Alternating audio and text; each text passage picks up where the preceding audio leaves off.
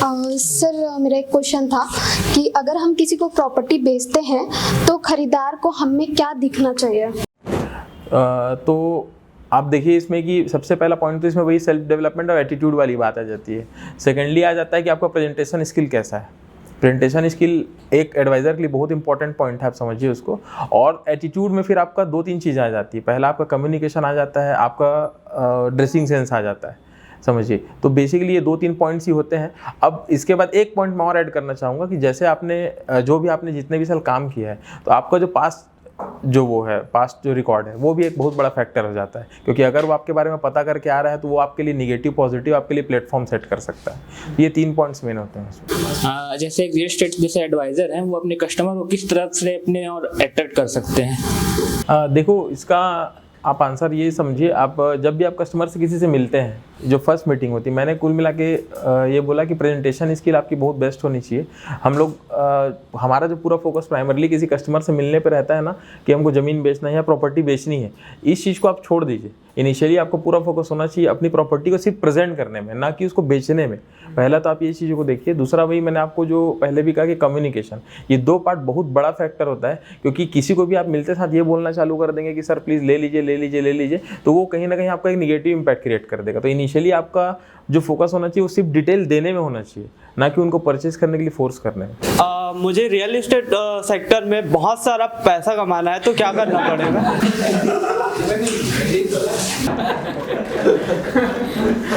भाई देखो, सबसे पहला तो आप समझिए इस बात को कि ऑनेस्टी बहुत ज़रूरी है। ऑनेस्टी के साथ मेहनत करना, मेहनत सब करते हैं, जितने लोग रहते हैं सब मेहनत कर रहे हैं। ऑनेस्टी की थोड़ी कमी हो जाती है। और फिर उसमें आ जाती है फिर कंसिस्टेंसी। आपने 1 साल मेहनत किया, 2 साल मेहनत किया, 3 साल मेहनत किया, शायद आपको सफलता नहीं मिली, तो आपको फिर भी उसी कंसिस्टेंसी के साथ आपको आगे मेहनत करनी है।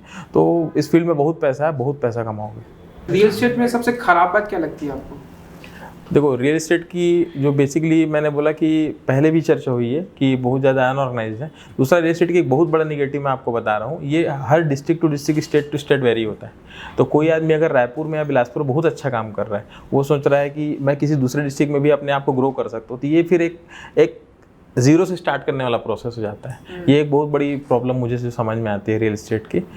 और ग्राउंड लेवल पे रियल एस्टेट के लिए आज भी कोई फंडामेंटल एक स्टेज नहीं है जिसमें कोई प्रिपरेशन। आप देखेंगे हर सेक्टर के लिए एजुकेशन का एक है, चाहे ग्रेजुएशन हो चाहे मास्टर डिग्री हो, बट आज भी रियल एस्टेट के लिए उतने नहीं है। पूरे इंडिया में आज भी 4 से 5 कॉलेजेस ही हैं जो इस फील्ड में एजुकेशन प्रोवाइड कर रहे हैं, मास्टर डिग्री प्रोवाइड कर रहे हैं। तो ये एक मुझे प्रॉब्लम लगता है कि फंडामेंटली रियल एस्टेट का बहुत वीक है। मान लीजिए कोई नया एडवाइज़र आया है या फिर कोई नई कंपनी आई है, तो क्या ऐसी ट्रस्ट कैसे गेन कर सकते हैं कस्टमर्स का? बेसिकली आप देखिए, real estate is just like health department. अब मैं सीधी आपको ऐसा कनेक्ट करके बताता हूँ। कोई भी आदमी अगर किसी पर्टिकुलर डॉक्टर से अगर इलाज ले रहा है, तो वो लाइफ टाइम उसको तब तक नहीं छोड़ेगा जब तक वो डॉक्टर सामने से ब्लंडर ना कर दे। जस्ट वैसा ही है रियल एस्टेट। अगर आप किसी आदमी को हर साल इन्वेस्टमेंट के लिए प्रोडक्ट दे रहे हैं, वो आपको तब तक नहीं छोड़ेगा जब तक आप उसका कुछ नुकसान ना करवा दे या उसको किसी लेवल पे जाके धोखा ना दे दो। तो यहाँ पे सिर्फ एक चीज़ आती है, डेटा मैनेजमेंट। अगर हम किसी क्लाइंट को time to time investment provide कर रहे हैं, उसमें अच्छा रिटर्न आ रहा है, हम उसको बर्थडे में हैप्पी बर्थडे बोल रहे हैं, एनिवर्सरी में हैप्पी एनिवर्सरी बोल रहे हैं, तो उनको भी एक फील होता है कि हाँ, सामने वाला मुझे इतना केयर कर रहा है, मेरी पैसे को भी इतने केयर से लगा रहा है जैसे कि उसका खुद का पैसा हो। तो पर्टिकुलर टाइम बाय टाइम एक 5 to 10 ईयर के टेन्योर में आपका एक इतना ज़्यादा अच्छा कस्टमर नेटवर्क बन जाता है कि मुझे नहीं लगता आपको प्लॉट बेचने फिर मार्केट में निकलना पड़ेगा। एक बार ट्रस्ट आपने गेन कर लिया। और जस्ट यहाँ पे एक फैक्टर और आता है, मैं आपको एक चीज़ बता रहा हूँ। जैसे मैंने आपको ये ज़मीन बेची या मैंने आपको कोई प्रॉपर्टी बेची, आपको उसमें एक रिटर्न बहुत अच्छा है। ये जस्ट यहाँ पे एक फैक्टर आ जाता है माउथ मार्केटिंग। आप अपने फ्रेंड को जाके बताएंगे, एक फैमिली रिलेटिव्स को जाकर बताएंगे, हाँ, वर्ड ऑफ माउथ। तो यहाँ पे अगर आपके पास 100 क्लाइंट्स का नेटवर्क है, तो आप ये नहीं बोल सकते कि मेरे पास सिर्फ 100 क्लाइंट है। उनके भी जो नेटवर्क है वो आपके नेटवर्क है। तो वहाँ से आपका एक आउटपुट बढ़ता जाता है, टाइम टू टाइम बढ़ता जाता है।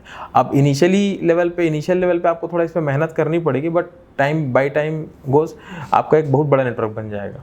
न्यू कस्टमर को प्रॉपर्टी में इन्वेस्ट करने से पहले किन किन बातों का ध्यान रखना चाहिए? इसका मैं आंसर आपको 2-3 पॉइंट्स में दे देता हूँ। सबसे पहला तो देखिए, कस्टमर को ये एग्जैक्टली पता होना चाहिए कि उनका एस्टिमेट कितना, बजट कितना है। समझिए, अगर कोई कस्टमर है 10 लाख का बजट लेकर के 20 लाख या 30 लाख की चीज़ देख रहा है, तो वो गलत है। अल्टीमेटली उसको डिसीजन मेकिंग में प्रॉब्लम आएगी।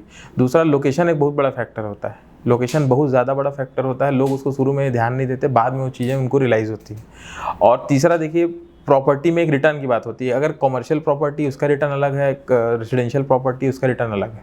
ये 3 मेन फैक्टर होते हैं जिनको आपको ध्यान देना पड़ेगा।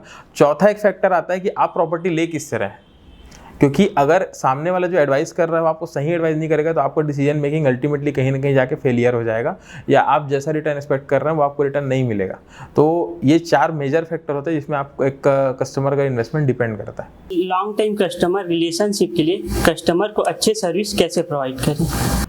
देखिए, long term customer relation build करने के लिए आपको बेसिकली 2-4 पॉइंट पे ज़्यादा ध्यान देना पड़ता है। हम लोग के साथ एक बहुत छोटी सी गलती होती है। हम लोग जो अपने इनिशियल स्टेजेस में होते हैं तो वहाँ पे जो हमने कस्टमर डील किया हुआ है, एक कुछ समय बीतने के बाद हम उनको ध्यान नहीं देते। जो सीधा सीधा एक डेटा मैनेजमेंट वाला पॉइंट है, आप समझिए, है ना। डेटा मैनेज करके रखना है। मैंने आपको पहले भी थोड़ी देर पहले जो आंसर किया कि आपको उनके बर्थडेज एनिवर्सरीज याद रखनी। दूसरा पूरा का पूरा फैक्टर मैटर करता है, आप समझिए, आफ्टर सेल सर्विस पे। हाँ, आफ्टर सेल सर्विस में उनका पेपर वर्क जो भी है, म्यूटेशन वाला पार्ट है या फिर डाइवर्शन वाला पार्ट है, आपको उनको टाइमली मैनेज करना होगा। बट इसमें से बहुत सारी चीज़ें जो होती हैं प्रशासनिक होती हैं, सरकारी होती है, जिसमें हमारा कंट्रोल नहीं रहता, हम सही टाइम में उसको नहीं दे पाते। तो आपको ये कस्टमर को एक्सप्लेन करके रखना कि भाई अगर मैं आपको 40 दिन बोल रहा हूँ तो 60 दिन लग रहा है, तो उसमें हमारी बहुत ज़्यादा गलती नहीं, हम आपको करके देंगे, हम उसके लिए रिस्पॉन्सिबल हैं। तो जितना ज़्यादा आप अपने कस्टमर को चीज़ों को एक्सप्लेन करके उनको सेटिस्फाई कर पाएंगे तो वहाँ से आपका जो रिलेशन है वो लॉन्ग टर्म रहेगा। कि यदि कोई कस्टमर है हमारे पास जो कि फाइनल मीटिंग और फाइनल विजिट वगैरह वो कर चुका हो, बट वो अपना फाइनल डिसीजन पे नहीं पहुंच पा रहा हो प्रॉपर्टी लेने के लिए, तो उस कंडीशन पे या फिर उस सिचुएशन पे हमको क्या करना चाहिए? बेसिकली देखिए, इसका बहुत ज़्यादा स्पेसिफिक आंसर तो नहीं हो सकता, बट मैं आपको एक चीज़ बोलूँगा कि प्रॉब्लम क्या होती है, समझिए। हाँ, सबसे पहले जो आपको तो कस्टमर की नीड समझ करके उनको विजिट कराना है। प्रॉब्लम क्या होती है, जैसे मैं बिलासपुर रियल एस्टेट की बात करता हूँ कि कस्टमर जब ज़मीन देखने आता है तो उसका आंसर ये होता है, सर आपका बजट क्या है, वो हम एडजस्ट कर लेंगे, सर आपका लोकेशन का डिमांड क्या है, वो हम एडजस्ट कर लेंगे। तो यही सारे पॉइंट बाद में जाकर उसको डिसीजन मेकिंग में प्रॉब्लम क्रिएट करते हैं। तो सबसे पहले तो हमारी जिम्मेदारी होती है कि हमको सिर्फ विजिट नहीं कराना है, हमको उनकी रिक्वायरमेंट्स को फुलफिल करना है। जब तक वो रिक्वायरमेंट फुलफिल नहीं होगी आपका डिसीजन नहीं आएगा। और मैं जो आंसर आपको बता रहा हूँ उसमें 90% केस के लिए वो एप्लीकेबल है, 1% रेयर केस को मैं नहीं बोल रहा हूँ। बट अगर आप बैठ के उसको आपने फाइनल विजिट करा दिया, आपने उसमें रेट पे डिस्कशन कर लिया, तो मतलब मैं ये बोलना चाह रहा हूँ क्योंकि सारे पॉइंट जस्टिफाई होने चाहिए कि भाई मुझे 10 लाख के अंदर में इस पर्टिकुलर लोकेशन में इस साइज़ का आपको प्रॉपर्टी चाहिए, तो वो सारे पॉइंट्स के जस्टिफाई होने चाहिए। मैक्सिमम केसेस में क्या होता है, कोई ना कोई एक पॉइंट उनका जस्टिफाई नहीं होता। जैसे इंडिया में एक प्रॉब्लम और भी होती है डायरेक्शन की, कि पूर्व दिशा का प्लॉट है, पश्चिम दिशा का प्लॉट है, दक्षिण दिशा का प्लॉट है। इन सारे पॉइंट्स को हम लोग क्या करते हैं, सिर्फ हमारा टोटल फोकस होता है विजिट कराने में और डील करने में। अगर हम इनसे हट के सोचेंगे तो शायद ये डिसीजन मेकिंग वाला प्रॉब्लम कस्टमर का जल्दी सॉर्ट आउट हो जाएगा। एक रियल्टर को कस्टमर के प्रति क्या अवधारणा होनी चाहिए? ये देखिए, इसका एक पॉइंट मैंने अभी और थोड़ी देर पहले डिस्कस किया था कि हम जब भी किसी को एज ए रियल्टर हम जब भी किसी से बात करते हैं तो आप समझिए हम प्लॉट बेचने की बात करते हैं। तो आप इस पॉइंट को बार इस पॉइंट को मैं मेंशन कर रहा हूँ कि आपको जब भी कोई चीज़ सेल करना है तो आपको कस्टमर के पॉइंट ऑफ व्यू से भी सोचना है कि वो क्या चाहता है, वो किस चीज़ में सेटिस्फाई हो पाएगा। हमारा टोटल फोकस बेचने पे होता है। मैंने आपको यही चीज़ बोला कि आपका फोकस बेचने पे नहीं होना चाहिए, उनको इन्फॉर्मेशन देने पे होना चाहिए। मान लो वो आपकी प्रॉपर्टी नहीं भी ले रहा है, आप मेरी बात समझिएगा, वो आपकी प्रॉपर्टी नहीं भी ले रहा है, वो आपके पड़ोस में या किसी और जगह पर जाकर प्रॉपर्टी ले रहा है, तो आपको उन चीज़ों के लिए उसको नॉलेज देना है कि सर वहाँ पर लेंगे तो ये गेना है, वहाँ, मतलब उसको ये लगना चाहिए कि आप उसके सलाहकार हैं, ना कि आप उसको प्लॉट बेच रहे हैं। हो सकता है वो इस बार प्लॉट आपसे ना भी ले और आपके अंदर ऐसे कि उसने प्लॉट नहीं लिया, बट वो पलट के साल 2 साल 1.5 साल बाद आपके पास आएगा, दोबारा आपसे प्लॉट लेगा, क्योंकि वहाँ पे आपने एक रिलेशन बिल्ड कर लिया कि आपने उसको एक नॉलेज दे दिया। और knowledge is the key to relation with customer. आप इस पॉइंट को समझिए। तो आपका टोटल फोकस मैंने बोला नॉलेज देने पे होना चाहिए, ना कि प्लॉट बेचने पे। तो वहाँ पे फिर एक सक्सेस रेशियो आपका बढ़ जाता है। कस्टमर के साथ कभी कभी वाद विवाद की स्थिति आ जाती है, तो उस स्थिति में हमको क्या करना चाहिए? देखिए, वाद विवाद की स्थिति आ जाती है, यहाँ पे 2 चीज़ें होती है समझो आप। एक तो क्या होता है, कई बार ना जो आदमी विजिट करा रहा है, जो बातचीत कर रहा है, जो रियल्टर है बेसिकली, वो भी आदमी पेशेंस नहीं है, लोगों के अंदर धैर्य नहीं है। पहला ये प्रॉब्लम आता है। दूसरा लैक ऑफ नॉलेज। यहाँ पे भी मैं वही पॉइंट मेंशन करूँगा, लैक ऑफ नॉलेज। कस्टमर को अपनी रिक्वायर्ड जो भी इन्फॉर्मेशन है वो अगर आपसे नहीं मिलेगी तो कस्टमर ये समझ जाएगा कि भाई आप उतने कैपेबल नहीं हो कि आप उसे डील कर सको।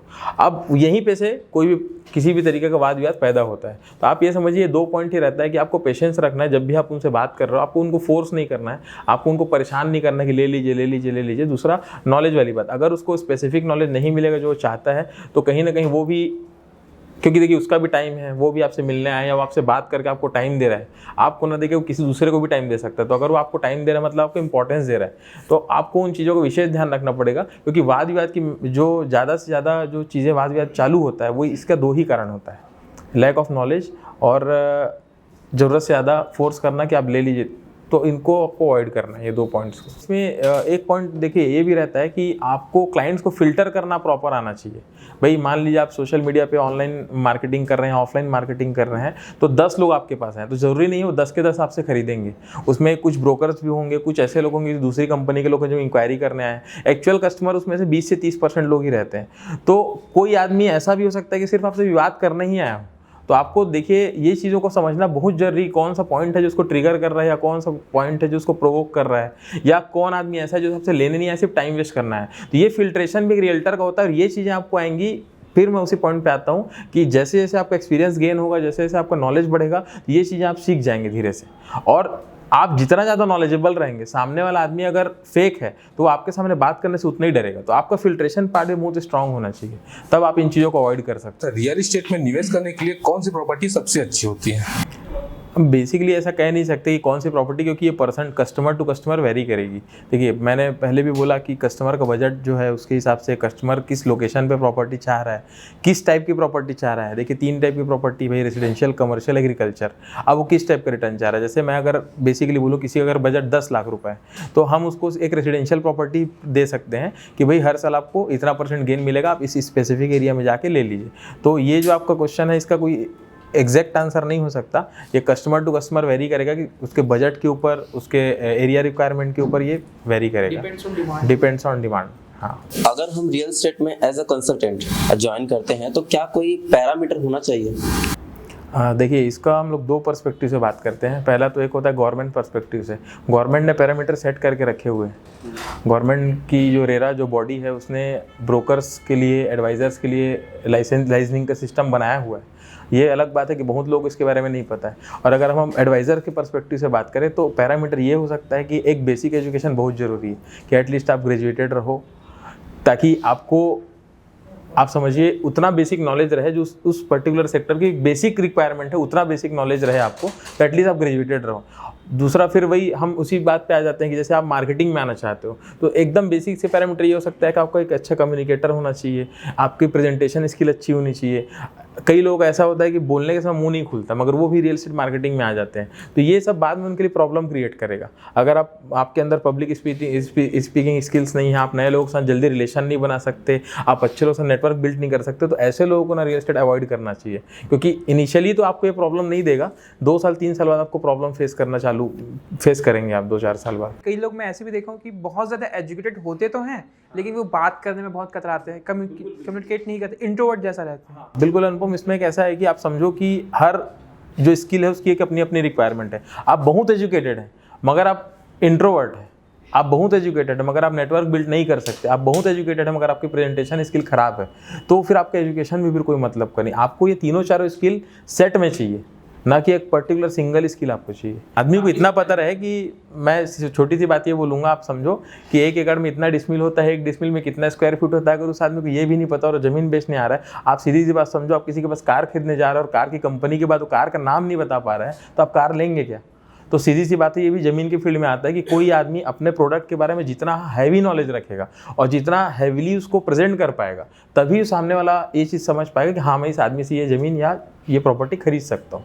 तो ये बेसिक पैरामीटर है भाई इसका। जब हम प्रॉपर्टी सेल करते हैं तो कस्टमर को जो पेपर वर्क में जो प्रॉब्लम आता है उसे कैसे हैंडल करना चाहिए? सर मेरा भी सेम क्वेश्चन था। तो कुछ चीज़ें देखिए, जो प्रशासनिक चीज़ें हैं, जो गवर्नमेंट की चीज़ें हैं सरकारी, उसको तो हम बहुत ज़्यादा नहीं छेड़ सकते। जो हमारे हाथ की चीज़ें समझिए, हमारी जो कंपनी विजन विस्तार, उसका टैग लाइन है रियल एस्टेट रीडिफाइंड। तो हम अपनी कंपनी में टेक्नोलॉजी के यूज़ करके इन पेपर वर्क को जितना ज़्यादा से ज़्यादा हो सकता है मिनिमाइज़ करने की कोशिश कर रहे हैं। मैं ये तो नहीं कहूँगा कि हम कल इसको ज़ीरो कर देंगे या फिर पूरा परफेक्ट कर देंगे, बट हाँ आज जो आपको इन कागजी कार्रवाइयों में जो समय लग रहा है, मैं ये कह सकता हूँ कि आने वाले समय में ये समय कम होता जाएगा। गवर्नमेंट भी इसमें बहुत सारे इनिशिएटिव्स ले रही है। जैसे गवर्नमेंट ने कई जगह पर रजिस्ट्रेशन ऑनलाइन कर दिया है, डाइवर्शन नेम ट्रांसफ़र की जो प्रोसेस है ऑनलाइन कर दी है।